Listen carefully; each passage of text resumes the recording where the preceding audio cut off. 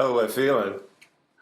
I'm feeling tired. I'm feeling ready. I'm feeling a whole mix of things. Patrick Anderson is a legend in the wheelchair basketball community who has inspired players around the world with his skills and innovation on the court. You have the reputation and the nicknames of being the MJ of this, of the king of wheelchair basketball. Like, does that pressure get to you? Are you able to kind of knock out that noise a bit? Or do you thrive on knowing this and being called this? It's an incredible honor to hear things like that. On the other hand, I've always received more attention than I deserve for and more credit for the success that we've had as a program.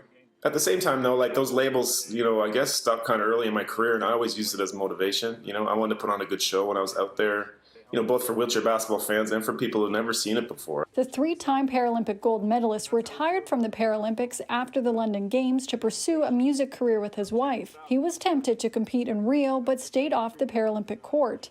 Until now, because Tokyo was calling his name. So I sort of bowed out to Rio, but I always left the door open, or at least I tried to. It's just like, this is a group of guys I'd love to make a run with. And I knew my window was closing. I'm like, this is my last chance to do this. Maybe.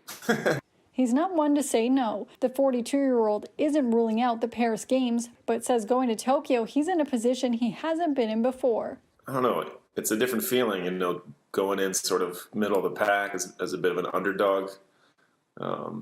I've never personally been in that position before going into the games. Anderson wasn't able to practice with his team in over a year and a half because of the pandemic, but before the squad flies to Japan at the end of the week, they're able to get in a few full team practices.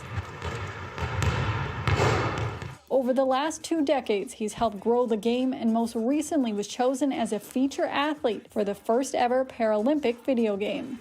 It's pretty cool. I like that the IPC Paralympic movement is sort of trying new ways to reach out to people and share what the Paralympics are all about. And it was an honor to be asked to be in this game. For City News, I'm Lindsay Dunn.